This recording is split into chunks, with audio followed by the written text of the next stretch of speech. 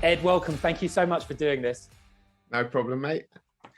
Brilliant. So I've got a list of questions that I'm dying to ask you, and I'm sure lots of people will be keen to hear your thoughts on. So with your permission, I'm just going to dive straight in. Crack on. Let's do it. Well, why don't we start with like a really quick, this is your life story, just so that people can understand how you came to be the HRD at Rare / Gaucho.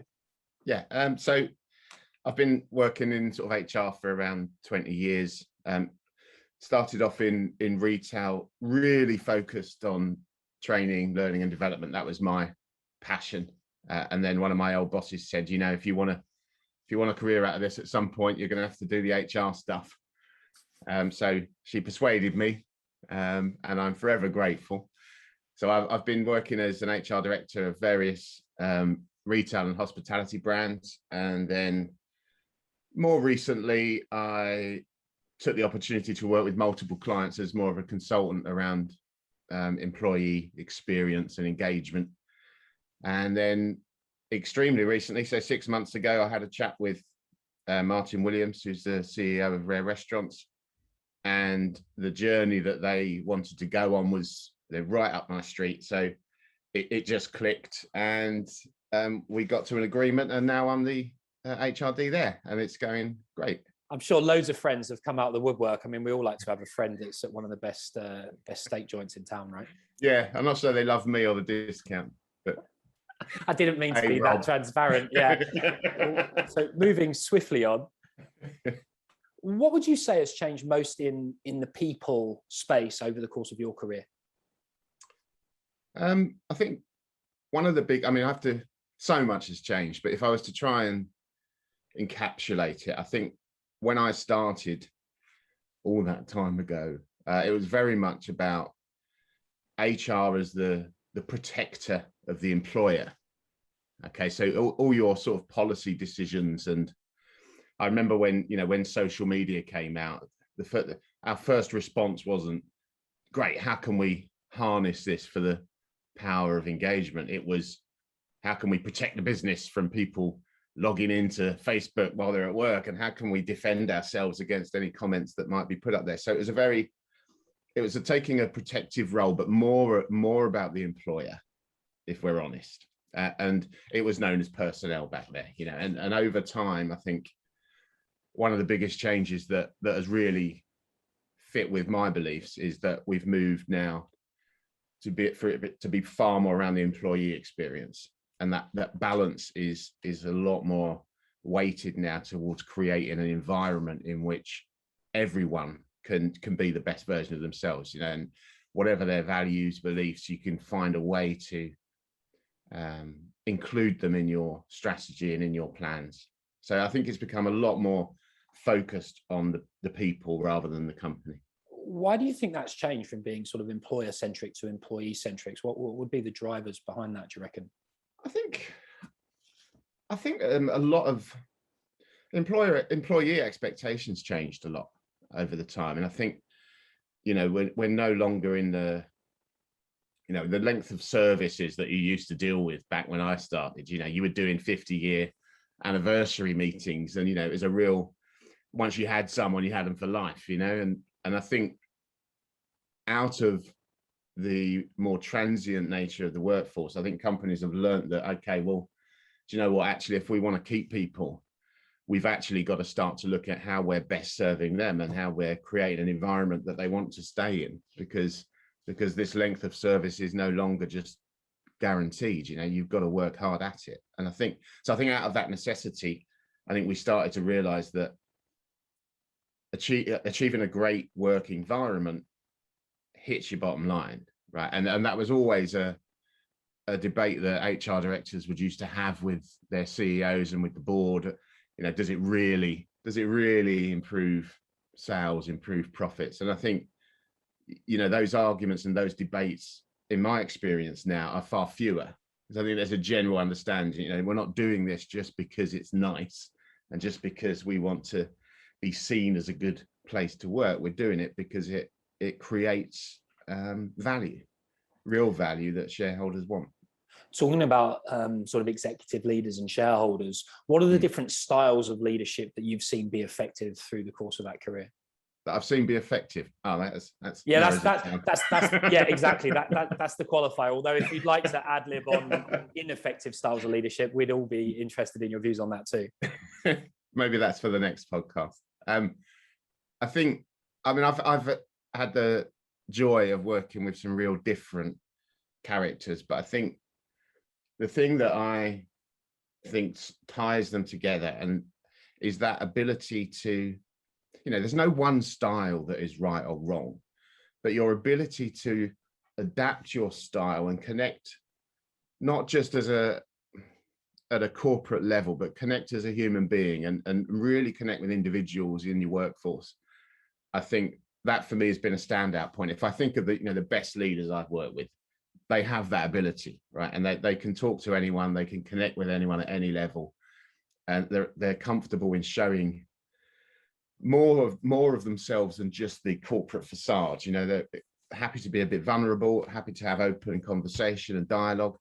And for me, that's I've tried to emulate that over the years. I don't know how successfully, but that's for me, that's what makes the difference. Someone who, it's not just a name, the CEO isn't just a name, the exec team aren't just faceless entities, firing out actions from the board meeting. They're people that are known and respected and loved and get involved on an individual basis. Were all of the effective leaders you work with extroverts? And just interesting to drill in a little bit deeper into. So you've suggested what they all had in common. They all had the ability, it sounds like you're saying, to sort of to empathize, to connect. Generally, I think most of us are guilty when someone says something like that. We think about the hugely sort of charismatic, almost like political leader.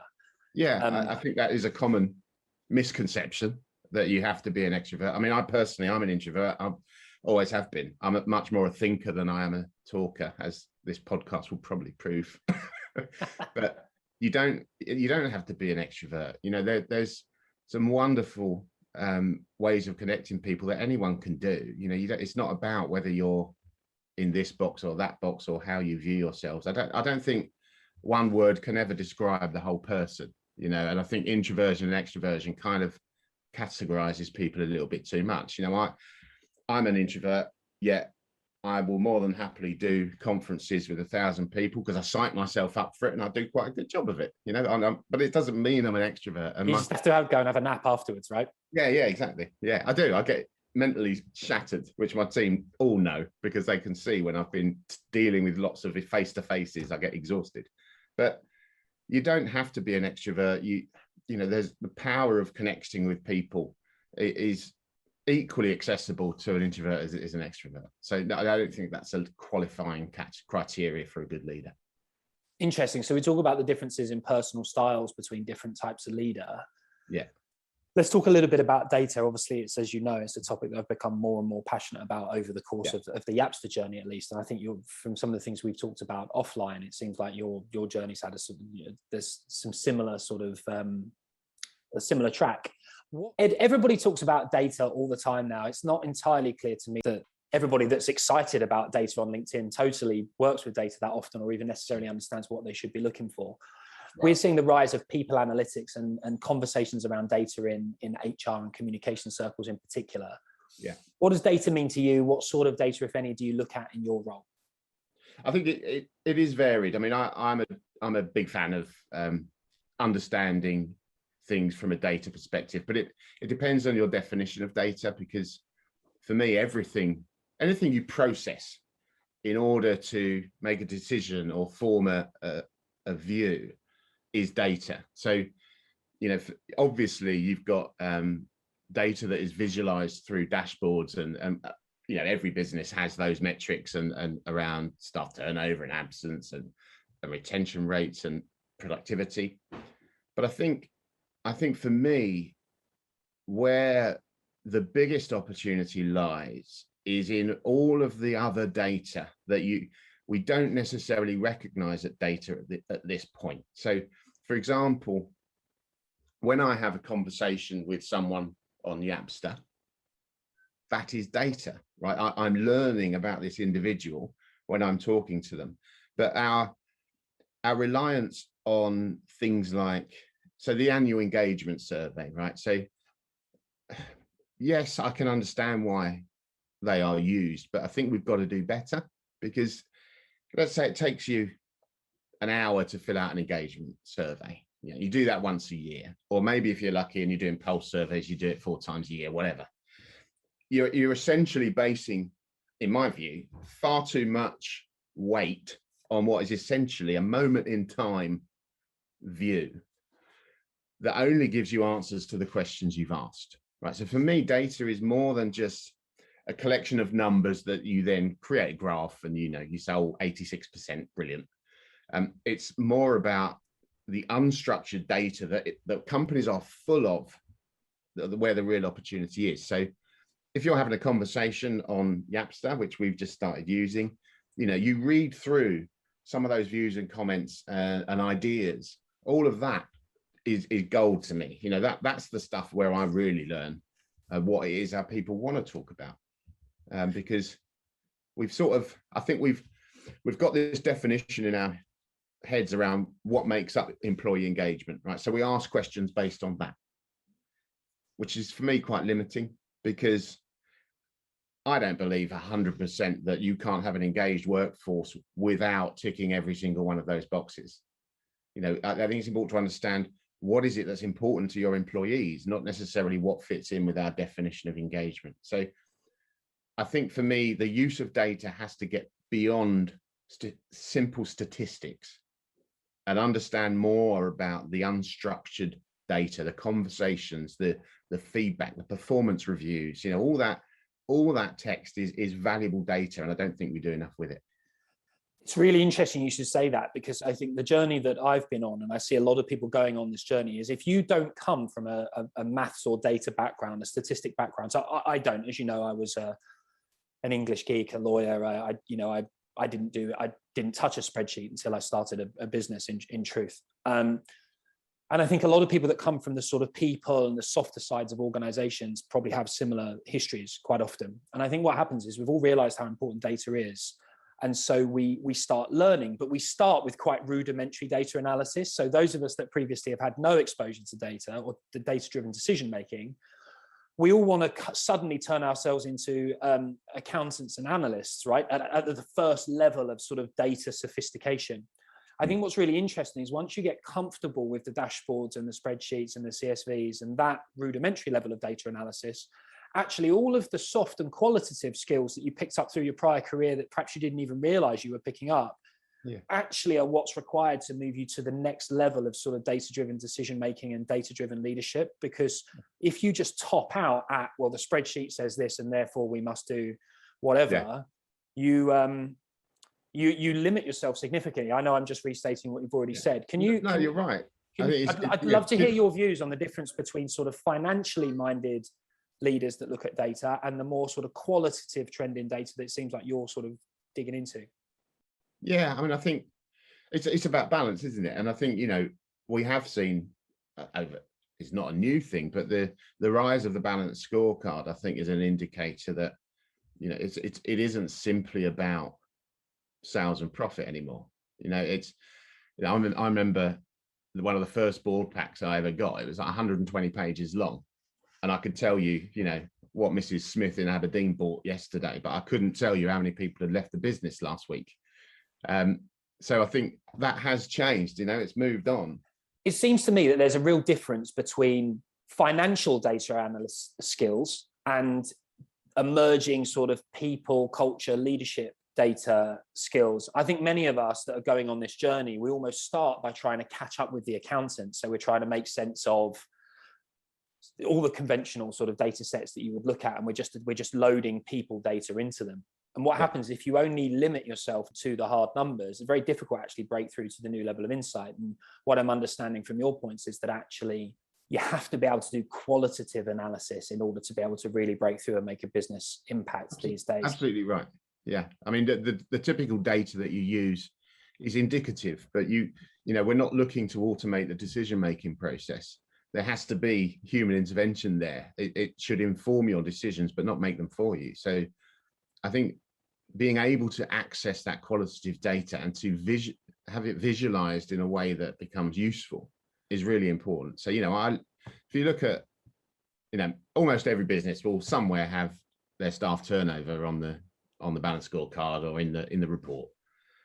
But looking at that in isolation is a dangerous thing to do, you know, because without the context of what the business journey is, what the vision is, what the current situation out there in the organization is, the number itself, you know, you don't want to hold too much weight on what is good and what is bad, because it's all about the environment and the context of that number. And I think the qualitative data is so important in establishing that context.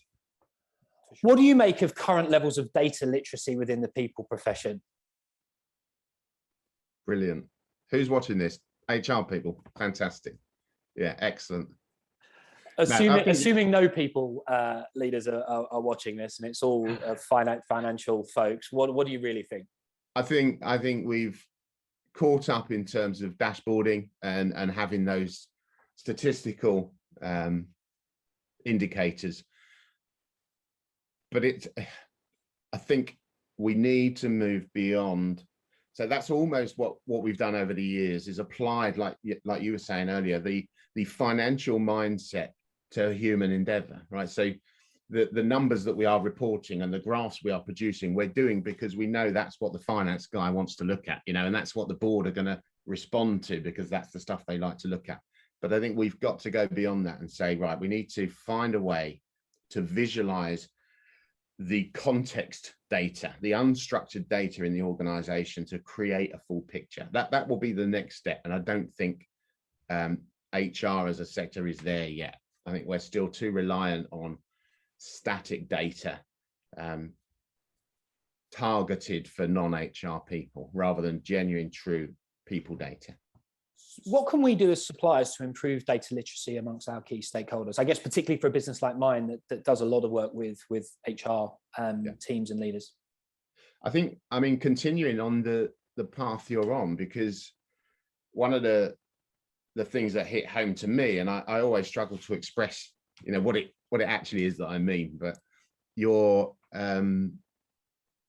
sales gamification, for me, that demonstrates beautifully the fact that creating a sense of competition, a sense of fun, impacts the bottom line, right? That's that age-old debate just blown out of the water, because if you engage people in the process and the inputs of sales, the sales will go up. So I think it's helping us to bring together those disparate pots of data, whether it's sales, engagement, comms, all those things, and making them talk to each other. So you haven't got a sales thing over here doing that, and you haven't got a comms platform over here. The more we can integrate it and bring these points together, I think you help us create a genuine picture of what works, and involving people works. That's really interesting. I sort of learned something about myself there. The truth is, when we launched the gamification feature, it was to try to leverage a seemingly soft technology to drive a quick, provable, hard financial outcome, usually to help our often HR stakeholders make a business case so that their initiative didn't get blocked by finance or operations teams. I've never actually thought about sales gamification adding a huge amount of value to the people stakeholders, I'm ashamed to admit. It's really interesting to hear that perspective. It does, because, you know, if there is anyone out there that's still trying to convince their CEO that, you know, engaging with people and communicating transparency and involving in competition, you know, if they still need to have that debate as to whether it works, then try. You've got to look at that, because clearly it does, because the sales you experience from doing it are greater than those when you don't do it. It's pretty black and white, isn't it? I mean, the whole reason it reminds me of why I got into training. The specific moment that I decided, you know what, this is really interesting, and it is linked. It might come up, ramble a bit, but I will come back to the point. I was assistant manager in a clothes shop in Lakeside. Right, it's my first management job. And we had these coats that were described as fashion forward, which basically meant they looked ridiculous, but they're fucking expensive. so I went to the shop and I bought a pack of Maltesers, right? I don't know how much it was then, 50p, whatever it was. And I said, right, whoever can sell the most of those coats today on Saturday gets the Maltesers, right? Now, this is the pack of Maltesers, it's 50p, right? Nothing. But the energy and the passion, the competition that it generated made me think, Jesus, you know, if you can harness just with that simple thing, that sense of competition, look at the impact that that's had on us. I think we sold about 15 of these things. You know, they got a call from head office saying, is that right? Because they probably sold none anywhere else. I thought you were going to say you got a call from the Essex Fashion Police. Yeah. I'm from Essex. I'm allowed to say it. Yeah, you are. Okay, so am I. So yeah. But that's what got me interested in behavior and motivation and team dynamic and stuff like that. But you know what you're bringing it back to, that sales gamification, you're basically doing that, right? That you're doing that, but on a much bigger scale, and you're creating that sense of competition and that sense of fun and interaction and engagement at a company level on a social platform, which gives everybody access. But that's you know, you influence behavior by involving and engaging and incentivizing. Super interesting to hear how you directly link people initiatives to business performance, and not just, hey, we're going to reduce labor turnover and there's a cost to labor turnover, and so we'll take that off as a cost and that therefore increase the profit. You're talking about actual sort of influencing growth. It's a top line driver. It's not just a cost saver. It's a top line driver. How do you measure success in not just in your role, but how would you suggest other existing or aspiring HR leaders should measure success for that role? I think, you know, you've got to start with your vision and your strategy. Sorry, I know it sounds a bit boring, but you have got to, you know, whatever journey you're going on, your success criteria have to be born out of that, because we can't all have the same success criteria. You know, if you're in a business that needs to transform because it's been neglected, you're going to experience some churn, right? So don't measure yourself on reducing staff turnover. If your strategy is the requirement to upskill and upgrade, you're going to lose some people, right? So if your strategy is taking you one way, don't measure your success in another way. So I think, you know, everyone's got to define their own success, but I think don't do it purely on financial KPIs, right? Do it on the impact that you're having on people, the impact that you're having on the community. You know, there's the Better Business Act, which we've just signed up for, which I think basically sums that up, right? It's not just about the impact you're having on profit, although of course that is important. Better business is about considering with equal vigor the impact that you're having on people's lives, whether they work for you, whether they're in the communities you operate, and of course the planet. So how you measure success is all very much about what your journey is and where you want to get to, but you should definitely have a broader range of criteria than simply profit.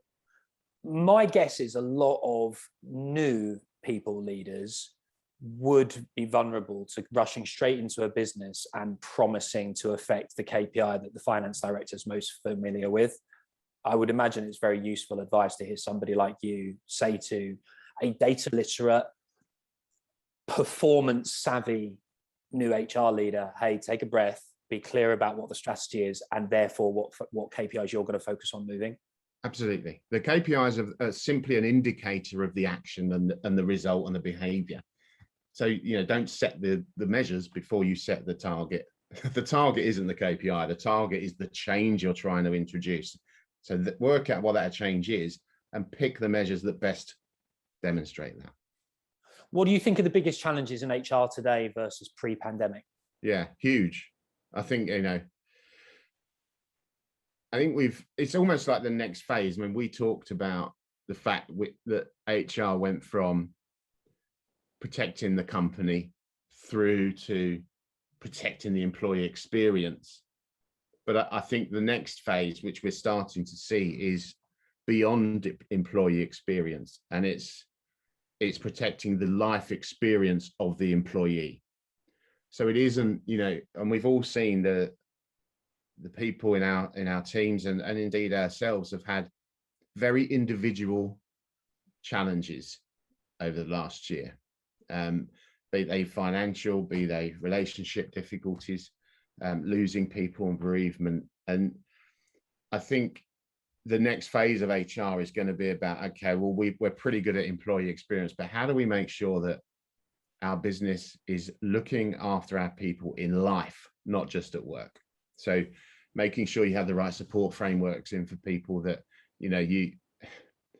I think most people have stopped saying leave your personal problems at the door, but you know what I mean? It's that kind of thing. No one can. So, let's embrace it. Let's work out how HR can not just help them be better at work, but have better lives. So that will impact the benefits that you offer, and how can you make sure that your approach is inclusive? Because when you start to look at life experience as well as work experience, that range of individual issues suddenly balloons, right? So you've got to make sure that you're taking an approach that is representative of your values and your company, but also recognizes the individual and the personal challenges that they might be going through. So yeah, mental health is going to, well, not is going to, is already a critical part of HR, which we need to get better at. That's amazing. I agree completely. Okay. What would you like me to work on, focus on as the CEO of Yapster going forward? Be nice. I think, look, I like the innovation. I think what I enjoy is it's bringing together our disparate systems and teams. And so the developments that I'd love to see coming through are more like the gamification, more like the gaining insight through unstructured data. So, help us. I was thinking the other day, how can you help us to, because you've got the messaging, which is great, and it's so much, the directory is so useful. I went out to dinner last night in one of our sites, and I could quickly look up who my server was, and I happen to know them, but it's so helpful. But I think, is there a way perhaps that we could have more news channels? So you could sort of, what I'd like to do is have conversations in the news feed around particular topics. So maybe I have a feed at the top that is not just news and announcements, but I could have one that is well-being, and that whole stream, I can either subscribe to it or not, and things like that, where you can comment on posts. And so maybe expanding the number of feeds that we can have would be good. But I think, that's a very detailed request. I'm just getting it in because it's something I wanted to do. But on a more broad, on a more strategic sense, I think bringing together other systems and creating Yapster as a central point to those systems is very exciting. I think you're doing it with sales and the gamification, the access to the learning platforms. You've got CPL now, I know, and that just keep more of that, because we are, our sector, we do love a system, and we've got hundreds. So just keep adding them in, make it easy for us to find everything in one place. We do believe that most innovation actually happens at the intersection between departments, cultures, platforms. So it works for us. Not only do we get to focus our development capital on the things that, like, our core, also by allowing other people to do the same thing, other best of breed systems, they can build really amazing technologies that we'd be spreading ourselves too thinly to try and deliver. And then when you bring those things together, you're right, I think that's where the sort of innovative magic happens. So it's nice to have that part of the strategy validated. Yeah. How do you measure Yapster's success, or how do you think I should measure Yapster's success for an individual customer? Well, you've obviously got your usage stats, but again, it's very, very static and sort of blunt. I think, well, you've got to, again, I think what part of the issue is understanding what you want to get from it, right? As a user. So I want to create a more connected team. I want to create a sense of shared purpose and being part of something bigger.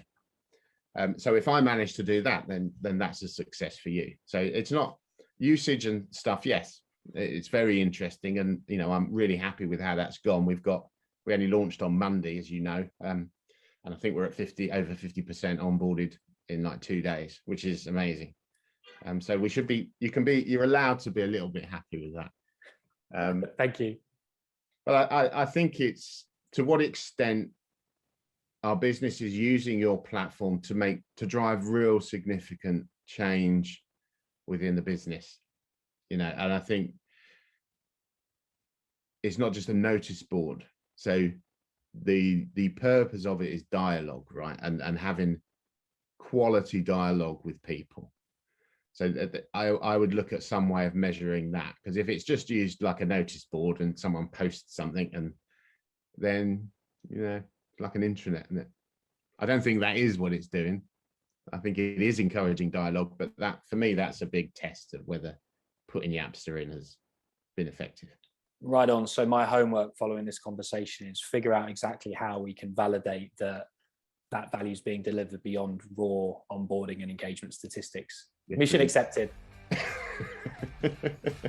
Ed Godwin, thank you so much. We really appreciate your time, and Cheers, it's been absolutely fascinating. Thank you very much. Cheers, mate.